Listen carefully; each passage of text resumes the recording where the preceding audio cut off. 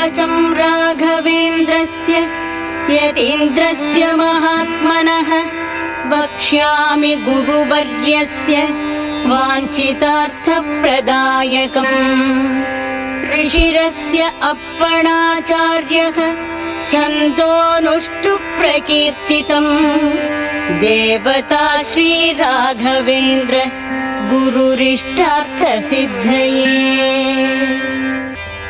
अष्टोत्तरशतं जप्तम् भक्तियुक्तेन चेतसा उद्यत्प्रद्योतनद्योतम् धर्मकूर्मासने स्थितम्।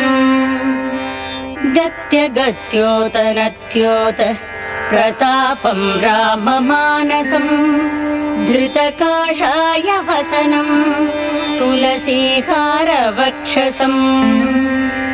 दोर्दण्ड